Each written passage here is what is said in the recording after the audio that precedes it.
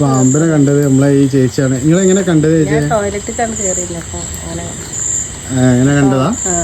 പാമ്പ് എവിടെ ഉണ്ടായിന്? അപ്പോ പൈപ്പിന്റെ ഉള്ളിൽ കയറിയെന്ന് വിചാരിച്ചു. അങ്ങനെയാണ് കയറുന്നതാണ് കണ്ടത്. എന്റെ കുറച്ച് ഭാഗം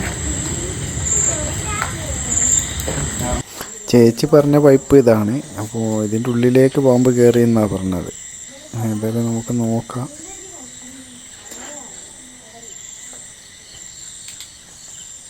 പാമ്പുള്ളത് പൈപ്പിൻ്റെ ഉള്ളിലല്ല, പക്ഷേ പൈപ്പിൻ്റെ സൈഡിൽ സിമെൻറ്റ് പോയിൻ്റ് ചെയ്യാത്തതുകൊണ്ട് അതിൻ്റെ ഉള്ളിലാണ് ആളുള്ളത്.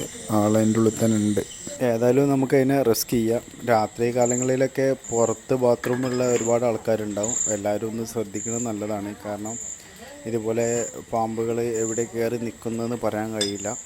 ചിലപ്പോൾ ബക്കറ്റിൻ്റെ ബാക്കിലായിരിക്കാം, അല്ലെങ്കിൽ ഇതുപോലെ എന്തെങ്കിലും ഒരു ഹോളുകളൊക്കെ ഉണ്ടെങ്കിൽ അതിൻ്റെ ഉള്ളിൽ കയറി നിൽക്കാൻ ചാൻസ് ഉണ്ട്. ഇതുപോലെ പൈപ്പിൻ്റെ ഉള്ളിലൊക്കെ ആണെങ്കിൽ ബുദ്ധിമുട്ടാണ്. കാരണം നമ്മൾ വെള്ളം എടുക്കാൻ വേണ്ടി പൈപ്പ് തിരിക്കുന്ന ടൈമിലായിരിക്കും അതിൻ്റെ കടി കിട്ടാൻ ചാൻസ് ഉള്ളത്. അപ്പോൾ ഇതുപോലെ ഏതെങ്കിലും വീട്ടിലൊക്കെ ഉണ്ടെങ്കിൽ അതിൻ്റെ സൈഡിലൊക്കെ പോയിൻ്റ് ചെയ്യാൻ നോക്കാം, അല്ലെങ്കിൽ അതിൻ്റെ ഉള്ളിലൊക്കെ പാമ്പുകൾ കയറി കൂടും. അതുപോലെ ബാത്റൂമിലൊക്കെ കയറുന്ന ടൈമിൽ ലൈറ്റൊക്കെ ഓണാക്കി ഒക്കെ നോക്കുക, അല്ലെങ്കിൽ ടോർച്ചെങ്കിലും കയ്യിൽ വെക്കുക, ലൈറ്റ് ഇല്ലാത്തവർ. എന്നിട്ട് ബാത്റൂമിൽ കയറിയാൽ മതി. പല സ്ഥലങ്ങളിൽ നിന്നും നമ്മൾ ബക്കറ്റിൻ്റെ വെക്കുന്ന വരെ അണലിനെ വരെ പിടിച്ചിട്ടുണ്ട്. അപ്പോൾ അങ്ങനത്തെ സാഹചര്യങ്ങളൊക്കെ ഉള്ള സ്ഥലങ്ങൾ ഉണ്ടാവാറുണ്ട്. അപ്പോൾ എല്ലാവരും ഒന്ന് ശ്രദ്ധിക്കുക. പാമ്പുള്ളത് കണ്ടില്ലേ, 2 കല്ലിൻ്റെ ഗ്യാപ്പിലാണ്. അവിടെ സിമെൻ്റ് ഇറങ്ങാത്ത സ്ഥലമായിരിക്കാം, അതുകൊണ്ടാണ് കറക്റ്റ് ആ ഗ്യാപ്പിൽ തന്നെ ആൾ കയറി കൂടിയത്. അതിൻ്റെ ഉള്ളിൽ നല്ല അടിപൊളിയായി നിൽക്കുന്നുണ്ട് ആൾ.